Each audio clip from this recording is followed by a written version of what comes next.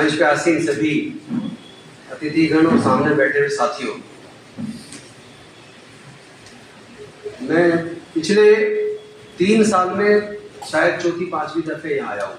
यहाँ का मतलब इस क्षेत्र में, और साल में 1-2 प्रोग्राम इस तरह के होते हैं जहाँ इंटरफेथ रिलेशंस के ऊपर बात होती है। लेकिन अगर आप मेरी बात का बुरा ना माने और मान ले तो मैं कुछ कर नहीं सकता। मेरी आदत है थोड़ा सच बोलने की। हम कुछ इंटेलेक्चुअल्स लोग बैठ के चर्चा कर लेते हैं, ये नीचे तक कब जाएगी बात। जहां मेरा घर है, मेरी विधानसभा सीमापुरी में दिलसाद गार्डन, कभी आप वहां जाकर सुंदर नगरी, नंदन नगरी, नई सीमापुरी में जाकर देखो, जहां आम बड़ी मात्रा में दलित और मुस्लिम रहता है। क्या उनके बीच भी इस तरह की चर्चा है जो यहाँ कर रहे हैं? हम आपको सुना रहे हैं, आप हमें सुना दे, इसका कोई बहुत ज्यादा फायदा तो होने वाला है नहीं। लेकिन अगर क्षेत्र के बीच में चर्चा रखी जाए और ऐसे आम लोगों को भी शामिल किया जाए, कम से कम जो पढ़ते नहीं है वो सुन के सीख ले, तो शायद ज्यादा सारगर्भित होगा हमारा चर्चा। दूसरा मेरा ये कहना है कि अगर आप ये सोच रहे हैं कि मुस्लिम इनके टारगेट पर है, तो ये आप गलतफहमी के शिकार हैं। इनके टारगेट पे केवल मुस्लिम नहीं है, इनके टारगेट पर केवल ईसाई भी नहीं है, इनके टारगेट पर केवल सिख भी नहीं है। इनके टारगेट पर तो पिछले 2500 साल से इस देश का मूल निवासी दलित, पिछड़ा, वंचित वर्ग का आदमी है। आप टारगेट पे तब तक नहीं आए जब तक दलित, पिछड़ा यहां इस मनुस्मृति के चलते दुखी और परेशान होकर, जब तक वो कन्वर्ट होकर मुस्लिम नहीं बना, ईसाई नहीं बना, सिख नहीं बना, तब तक आप टारगेट पर कभी नहीं रहे। ना क्रिश्चियनिटी कभी टारगेट पर रही। क्रिश्चियनिटी को हटाने के लिए कभी मनवादियों ने कोई संघर्ष नहीं किया। इतिहास गवाह, उठा के पढ़ लेना। मैं तो हिस्ट्री का स्टूडेंट रहा हूं, और हिस्ट्री का स्टूडेंट होने के नाते मैं आपसे पूछना चाहता हूं, और इस सच को आपको स्वीकार भी करना पड़ेगा। क्या आपसे 1400 साल पहले भारत में कोई मुसलमान, कोई ईसाई, कोई सिख था?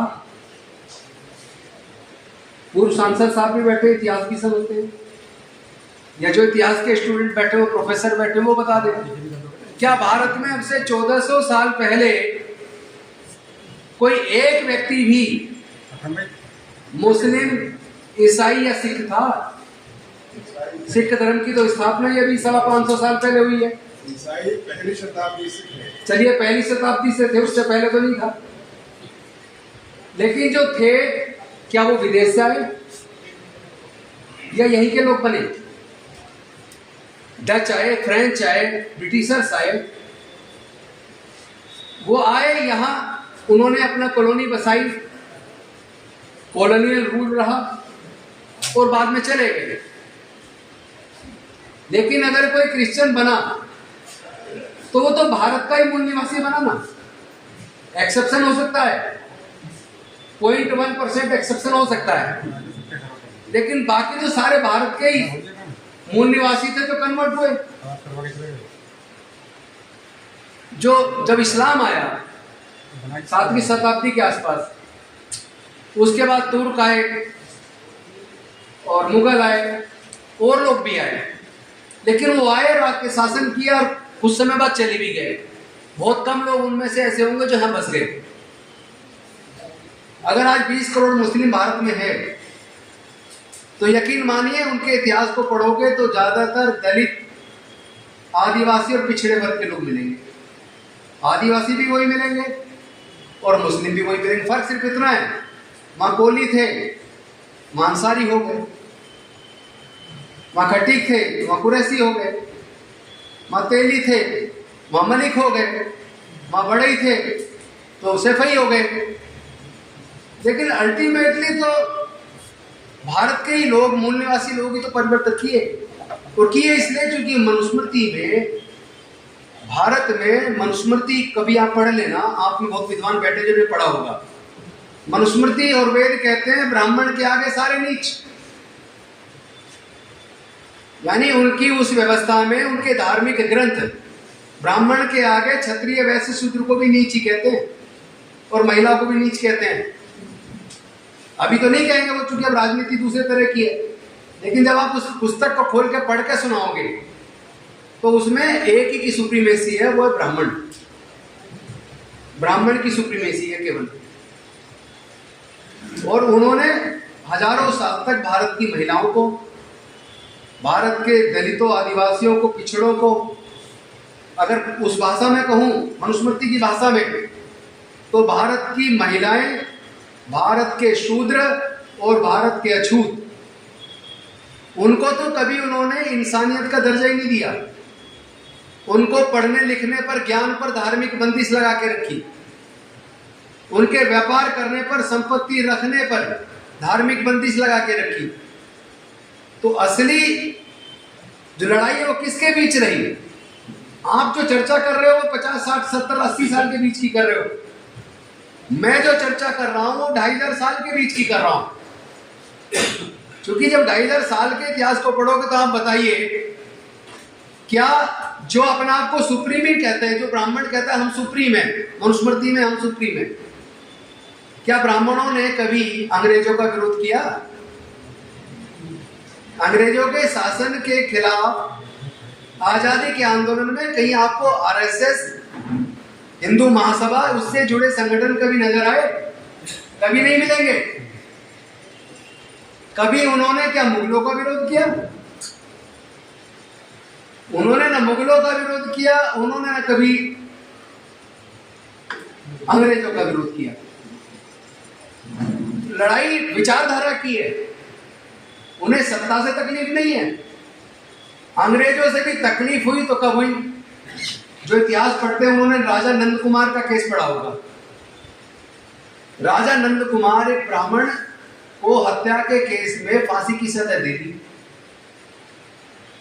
तो सवाल यह था कि मनुस्मृति में तो ब्राह्मण को फांसी की सजा हो ही नहीं सकती। आपने इतिहास पढ़ा है? जिसने भारत के इतिहास को पढ़ा, इंडियन लीगल सिस्टम में मैंने पढ़ा है कि पहला विरोध उन्होंने राजा नंद कुमार केस के बाद किया। और जब डॉक्टर बाबा साहेब अम्बेडकर 1951 में हिंदू कोड बिल लेकर आए, क्योंकि हिंदू महिलाओं को जवानी में विधवा हो जाए क्योंकि दूसरी शादी करने का हक नहीं था, कितना ही जालिम और क्रूर पति हो उसको तलाक लेने का हक नहीं था, पति पत्नी को और बच्चों को छोड़ दे तो गुजारा भत्ता लेने का हक नहीं था, पत्नी को बच्चे नहीं होते तो बच्चे गोद लेने का हक नहीं था। तो वो उनके हक के लिए doctor Baba Saheb Ambedkar Hindu code bill लेकर आए। तो पूरी आरएसएस, श्यामा प्रसाद मुखर्जी, पंडित दीनदयाल उपाध्याय से पूरी आरएसएस और हिंदू महासभा, चूंकि हिंदू विश्व हिंदू परिषद बाद में बनी है, पहले इनका जो धार्मिक संगठन था वो हिंदू महासभा था। उसके कृपात्री महाराज को आगे फ्रंट पे करके डॉक्टर बाबा साहेब अम्बेडकर के खिलाफ आंदोलन चलाया कि महिलाओं को अधिकार देने की बात हिंदू धर्म पे हमला है। तो लड़ाई भारत में विचारधारा की आप आज के रूप में पढ़ रहे हैं। लड़ाई मुस्लिम के खिलाफ नहीं है, मुस्लिम के खिलाफ माहौल बनाने से उनकी राजनीति सफल होती है, वोट पोलराइज होता है। उसकी काट वो नहीं है जो आप खोज रहे हो, उसकी काट हमें उसकी जड़ पे जाना पड़ेगा। जिस दिन, चूंकि ये लड़ाई विचारधारा की है और इस विचारधारा की लड़ाई को अगर आप गहराई में जाएंगे तो आप पाएंगे कि लगभग 2000 साल पहले मौर्य वंश के अंतिम सम्राट राजा भरद्रथ की पुष्यमित्र शुंग ने हत्या की। हत्या करने के बाद बौद्ध भिक्षुओं की हत्या की, बौद्ध मठ तोड़े गए, शिलालेख तोड़े गए, बौद्ध मंदिरों पर कब्जा किया गया। स्वामी विवेकानंद ने अपनी स्पीचेस के अंदर लिखा है, 7th वॉल्यूम में पढ़ लेना, कोई जाकर नोट कर ले। उसमें लिखा है कि जो जगन्नाथपुरी का मंदिर है वो भी बुद्ध का मंदिर है, और इसी प्रकार अनेकों बौद्ध मंदिरों को कब्जा कर ब्राह्मण मंदिरों में कब तब्दील किया गया? जब देश के प्रेजेंट प्रधानमंत्री मोदी जी कभी गुजरात के मुख्यमंत्री थे तो सोमनाथ मंदिर के नीचे आर्कियोलॉजिकल सर्वे ऑफ इंडिया ने जब खुदाई शुरू की तो उसके नीचे बौद्ध गुफा और बौद्ध मंदिर निकल आया। क्योंकि अब से 500 साल से पीछे का जहां भी खुदाई निकलती है उसमें बुद्ध ही निकलते हैं, चाहे भारत में खुदाई हो, चाहे बर्मा में हो, चाहे नेपाल के अंदर हो, चाहे मिस्र के अंदर हो, चाहे अफगानिस्तान में हो। आपको पता होगा बामियान में बुद्ध की कितनी बड़ी प्रतिमा थी जिसको जब अमेरिका का तालिबान से युद्ध हुआ तो तोपों से तोड़ा गया था। तो भारत में जो लड़ाई है वो मुस्लिम के खिलाफ नहीं है, वो केवल ईसाई और सिख के खिलाफ नहीं है। अलग अलग समय पे अलग अलग को टारगेट किया गया। आज मुस्लिम को किया जा रहा है। तो 84 के आसपास उन्हीं लोगों ने, पार्टी मत देखना, लोग देखना, लोग पीछे कौन थे। तो 84 में जो दंगे हुए तो वही लोग थे जो आज लोग मुस्लिम के पीछे पड़े हैं, वही लोग उस वक्त सिख के पीछे पड़े थे। और जो ग्राम स्टैंस की हत्या की, उनके बच्चों को भी जला दिया, वो कौन लोग हैं? वो तो बजरंग दल के ही तो लोग थे। कहीं बजरंग दल के लोग मिलेंगे, कहीं विश्व हिंदू परिषद के मिलेंगे, कहीं आरएसएस के मिलेंगे। मतलब एक ही टीम है, एक ही संघ परिवार है। तो भारत में लड़ाई बेसिकली विचारधारा की है, और विचारधारा की लड़ाई को केवल विचारधारा से हराया जा सकता है। तो विचारधारा में सीधा एक तरफ मनुवादी व्यवस्था है जो असमानता पर आधारित है, अन्याय पर आधारित है, शोषण पर आधारित है, और दूसरी समतावादी विचारधारा जो न्याय पर आधारित है। वो छुआछूत को मानते हैं, ऊंच नीच को मानते हैं, जातियों में बांटते हैं, आपस में लड़वाते हैं, और हम लोग जोड़ने की बात करते हैं। तो इस लड़ाई को भी अगर जीतना है तो भारत के सबसे पहले दलित, शोषित, वंचित, आदिवासी, पिछड़े वर्ग के लोग, ये लोग तय कर लें कि आप लोगों को सत्ता पाने के लिए, धर्म की रक्षा के लिए तो ठेकेदारी आपकी, लेकिन मंदिर पे जाने के बाद आप फिर शूद्र हैं, अछूत हैं, वहां आप हिंदू नहीं है। लेटेस्ट घटना रामनवमी के दिन की, भी दिन कितने हुए? 12-13 दिन।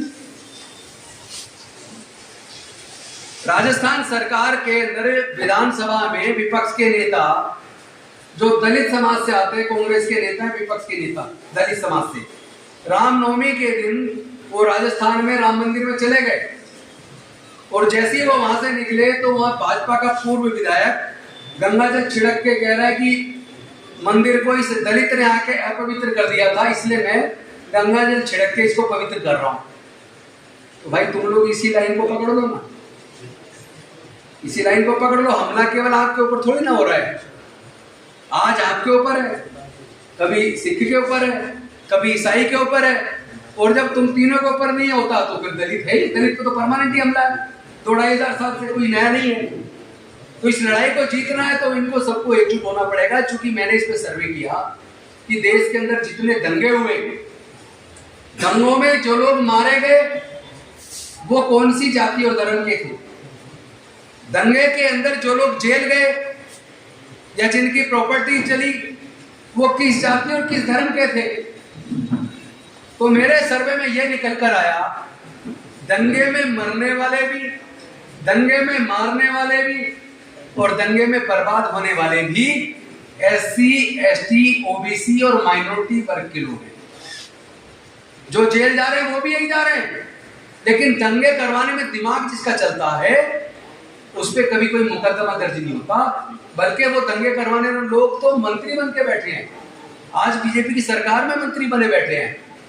इस अंतर को समझना जरूरी है, क्योंकि लड़ाई को लड़ना है तो लड़ाई के कारणों को जानना जरूरी है। जब डॉक्टर के पास आप इलाज कराने जाते हैं, वो दवाई देता, आराम नहीं लेता, तो फिर वो डायग्नोज करवाता है ना, क्यों ब्लड के नमूने लेता है, क्यों आपका एक्सरे करवाता है, वो बीमारी के असल कारण को जानना चाहता है। और जब असल कारण को जान जाता है तो इलाज करना आसान हो जाता है। तो हमें भी अगर इस बीमारी का इलाज करना है, क्योंकि बीमारी तो सत्ता की है, सत्ता में बरकरार कैसे रहे, तो सत्ता में बरकरार रहने के लिए आप देखो, अब से 25-30 साल पहले इतने धार्मिक जुलूस नहीं निकलते थे, कावड़ यात्रा नहीं हुआ करती थी, कोई टेंट नहीं लगता था। आप देख लो 1993 में पहली दिल्ली की सरकार बनी, उससे पीछे देख लो, जो लोग दिल्ली के रहने वाले हैं वो बता दें मुझे, क्या उससे पहले कहीं भी कोई टेंट लगता था? 93 से पहले तब तो कोई टेंट नहीं लगता था कावड़ का। जिस तरह के अब जुलूस निकलते हैं धर्म पे, पूरी भीड़ रख के, पूरा शोर शराबा करके, तब क्यों नहीं निकलते थे भाई? अब क्यों निकल रहे हैं? जब उनको लग रहा है कि इसी से हमारी सत्ता बरकरार रह रही है और SC ST OBC माइनॉरिटी के कम पढ़े लिखे बेवकूफ हैं, उनका इस्तेमाल किया जा सकता है धर्म के नाम पे। धर्म की रक्षा की जिम्मेदारी इनके कंधों पर है। मुस्लिम की संख्या बढ़ रही है, मुस्लिम फिर से कब्जा कर लेगा देश पे। अरे भाई कैसे कर लेगा? जब मुस्लिमों का ही राज्य था, जब मुगलों का राज्य था, तब कुछ नहीं हुआ। जब तब डर नहीं था तब क्या का डर? अब तो राज्य तुम्हारा, सुप्रीम कोर्ट हाई कोर्ट में जज तुम्हारे, सारी यूनिवर्सिटीज के वाइस चांसलर प्रोफेसर तुम्हारे, सारी टॉप ब्यूरोक्रेसी वो तुम्हारी, सारी संस्थानों में तुम्हारा कब्जा। अभी भी डर, ये डर का माहौल लोगों के, कम पढ़े लिखे लोगों के दिमाग में डालते हैं, यूथ को, ब्रेन को वॉश करते हैं, सुबह शाखा लगाते हैं और शाखा लगा के किसी भी दलित के, वंचित के परिवार, गरीब के घर चले जाएंगे चाय पीने आपके यहाँ। वो सोचता है इतना बड़ा ऊंची जाति का आदमी मेरे घर चाय पीने आया, उसकी आवभगत करता है और वो चाय पीते पीते उसके पूरे परिवार का ब्रेन वॉश कर देता है। हिंदू खतरे में, सत्ता पाने के लिए हिंदू खतरे में है, बाकी कोई खतरे में नहीं है। भारत एक संयुक्त, एक मजबूत राष्ट्र कब रहा? आजादी से पहले तो 565 रियासतें थी, उससे पहले भी अनेक जो हमारे पूर्व मेरे वक्ताओं ने बताया कि चाहे मुस्लिम राजा तो उसके यहाँ भी हिंदू मंत्री हुआ करते थे, और अगर हिंदू राजा तो उसके यहाँ भी मुस्लिम मंत्री हुआ करते थे, सेनापति तक हुआ करते थे। इसका मतलब लड़ाई हिंदू मुसलमान की कभी थी नहीं। हिंदू मुसलमान की लड़ाई तो सत्ता में काबिज बने रहने के लिए। और इसी बात पे अगर चर्चा जमीन पे जाकर शुरू हो जाए, जैसे यहाँ बंद हॉल में हो रही है, यहाँ कुछ विद्वान लोगों के बीच में कुछ थोड़े बराबर के या थोड़े कम विद्वान लोग बोल रहे हैं, क्योंकि मेरे से ज्यादा विद्वान मेरे सामने बैठे, मैं जानता हूँ इस बात को। जो लोग प्रोफेसर से, जो लोग यूनिवर्सिटी में पढ़ाते हैं, मेरे से शायद ज्यादा दिन किया होगा, तो मैं ये तो नहीं मानता मैं उनसे ज्यादा विद्वान हूँ, पर मेरी इतनी बारीक सी बात समझ में जरूर आ गई कि बंद कमरों में बैठ के चर्चा करने से कोई अपने आप को संतुष्टि तो किया जा सकता है, यार हमने इस पे चर्चा की, पर अगर इसके आउटकम की बात करेंगे तो आउटकम नहीं है। अगर आउटकम लाना है तो हमें नीचे जमीन पे उतर के उन बस्तियों में जाना पड़ेगा जिन बस्तियों के युवाओं के ब्रेन को वॉश करके वो ये सारे दंगों में उनका इस्तेमाल करते हैं, धार्मिक जुलूसों में जो नंगी तलवारें लहराते हैं, वही जेल जाते हैं, वही मारे जाते हैं और वही मारते हैं। उनको पता ही नहीं है कि बर्बादी उनकी है, उनको पता ही नहीं है उनका इस्तेमाल किया जा रहा है।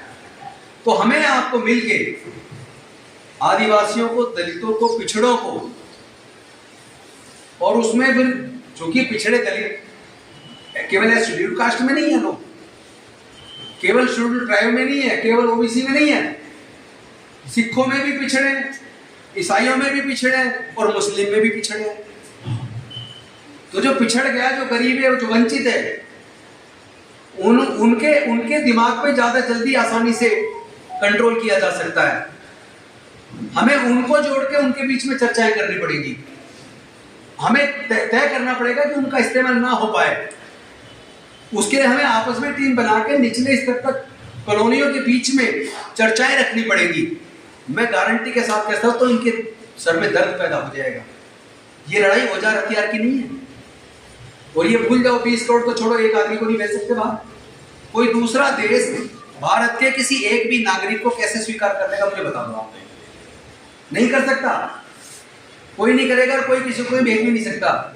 ये सिर्फ शब्दों का खेल है, राजनीति में बने रहने के लिए और राजनीति में सत्ता में बरकरार रहने के लिए। इस साजिश को समझने की जरूरत है, और उसमें साझीदार वो लोग हैं क्योंकि उन्होंने बड़े तरीके से काम किया पिछले 100 सालों के बीच।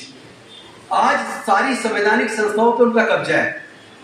आज का इलेक्शन कमीशन किसी की बात सुनने को तैयार नहीं है, क्योंकि महाराष्ट्र के चुनाव में पिछले विधानसभा चुनाव, पिछले लोकसभा के चुनाव से लेके 2019 के लोकसभा चुनाव से लेके 2024 के लोकसभा चुनाव के बीच नए वोटर बने 32 लाख, और लोकसभा के चुनाव के बाद 5 महीने के अंदर 5 साल में 32 लाख बने। लेकिन 5 महीने के अंदर विधानसभा का चुनाव आते आते 39 लाख वोट नहीं बने। तो चुनाव जीतने के लिए उन्होंने कितनी वर्कफोर्स बना ली है कि वो अपने लोगों को वहां वोटर बना देते, वहां का चुनाव जीतते, फिर अगली जगह वोटर बना देते। और उसमें शिकायत करोगे तो इलेक्शन कमीशन उनकी जेब में। इलेक्शन कमीशन सुनता नहीं है।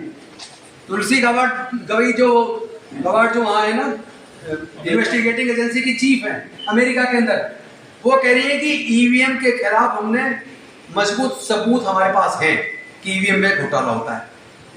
हमारे देश का इलेक्शन कमीशन कहता भारत की मशीनों में नहीं हो सकता। अरे मैं पूछना चाहता हूं भाई, अमेरिका से भी ज्यादा एडवांस टेक्नोलॉजी तुम्हारे पास है क्या?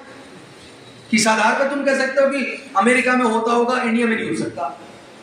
तो हमारे तो भारत का इलेक्शन कमीशन ही जब एक पार्टी के लिए काम कर रहा था, और सर्वोच्च न्यायालय, उच्च न्यायालय के जजेस जिनके बारे में हम सुना करते थे कि उनके जजमेंट साक्ष्यों के आधार पर, कानून के आधार पर होते हैं, लेकिन अगर सुप्रीम कोर्ट के जज अगर आस्था के आधार पर जजमेंट देना शुरू कर देंगे, संविधान को ताक में रख देंगे, सबूतों को ताक में रख देंगे, तो आप सोच लीजिए आपकी लड़ाई कितनी ज्यादा बड़ी हो गई है। हर जगह सारे संस्थानों पर उनका कब्जा है, और उस कब्जे को तोड़ने का एक ही तरीका है, हमें जमीन पे उतरना पड़ेगा। उनकी चाल में नहीं फंसना, उकसावे में भड़कावे में नहीं आना है। हमें तो जमीन पे उतर के उनकी जो रसद है, उनकी रसद क्या है। जब युद्ध होता है तो युद्ध में जो समझदार शासक होता है वो दुश्मन की फौज की रसद काट देता है कि ना रसद की सप्लाई होगी और ना ये लंबे समय तक युद्ध लड़ पाएंगे। तो आज आप समझो इन मनुवादियों की रसद क्या है। इन मनुवादियों की रसद है गरीब लोग, दलित, पिछड़े, आदिवासी, वंचित वर्ग के लोग, कम पढ़े लिखे लोग, जिनको धर्म के नाम पर उनको ब्रेन वॉश करके, उनका इस्तेमाल करके दंगे कराए जाते हैं। हमें भी उसी तरह नीचे उतर के उनको उस विचारधारा के साथ जुड़ने से रोकना है, और उनको बताना है कि अगर भैया आप हिंदू हो तो मंदिर जाने पे ऐतराज क्यों, मूंछ रखने पे ऐतराज क्यों, घोड़ी पे बारात निकालने पे ऐतराज क्यों, घड़ा छू लेने पे ऐतराज क्यों, मंदिर छू लेने पर, मूर्ति छू लेने पर हत्या क्यों, मूंछ रख लेने पर हत्या क्यों, घड़ा छू लेने पर हत्या क्यों? क्योंकि जब मनुस्मृति को खोल के फिर उनको पढ़वाओ, ये मनुस्मृति में तुम्हारी स्थिति समाज में क्या है, और उसी सामाजिक व्यवस्था जिसने आपको नीच बनाया, अछूत बनाया, गुलाम बनाया, व्यवस्था से दूर रखा, अधिकारों से दूर रखा, उसी व्यवस्था को तुम मजबूत कर रहे हो। क्योंकि जब आप उसको 4 गिलास पानी उसके सामने लेके जाओगे और 3 गिलास में पानी नीचे से मिट्टी उठा के उसके सामने डाल देना और कहना भी ये 4 गिलास है, 3 में मिट्टी है, पियो, कौन सा पियोगे? तो जो मिट्टी वाला गिलास है उसको नहीं पिएगा, जो साफ पानी का गिलास उसे पी लेगा। उसे आप पूछना भी जिसमें मिट्टी पड़ी है इसे क्यों नहीं पी रहे, वो कहेगा ये गंदा है, इसे कैसे पी लूं? तो भाई जब ये गंदा है और आप जानते हो इसे पी रहे हो, नहीं पी रहे हो चूंकि ये गंदा है, तो ये जो धर्म के नाम पे नफरत का जो जहर फैला रहे हैं, जिसमें आपको लड़वा रहा, आपको क्या मिला? राम मंदिर भी बन गया, वहां तो सारी खुदाई में बुद्ध के अवशेष निकले, साकेत नगरी थी।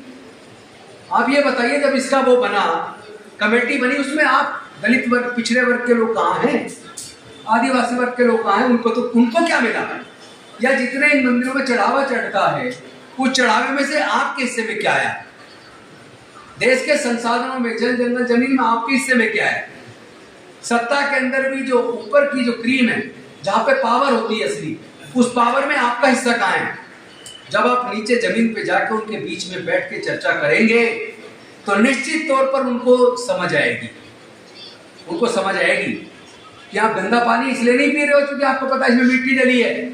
लेकिन ये जो धर्म के नाम पर आपको पढ़ाया जा रहा है, क्या कभी आपने इसको भी जानने की कोशिश की इसमें कितनी मिलावट है, इसमें कितना धोखा है, इसमें आपके हक की बात कहाँ है, इसमें आपको क्या मिल जाने वाला है? तब शायद उसको समझ आएगी, वो वहां जाना बंद कर देगा। जब वो वहां उसकी शाखा में जाना बंद कर देगा, जब वो दंगों में, धार्मिक जुलूसों में जाना बंद कर देगा, कथावाचकों को सुनना बंद कर देगा, जब वो पढ़ाई के रास्ते पे जाएगा, ज्ञान के रास्ते पे जाएगा और अपने हक अधिकार के लिए लड़ना सीख जाएगा, तो उनकी संख्या जो 10% है, 90% संसाधनों पे काबिज है, पूरे देश के ऊपर कब्जा करके बैठा है।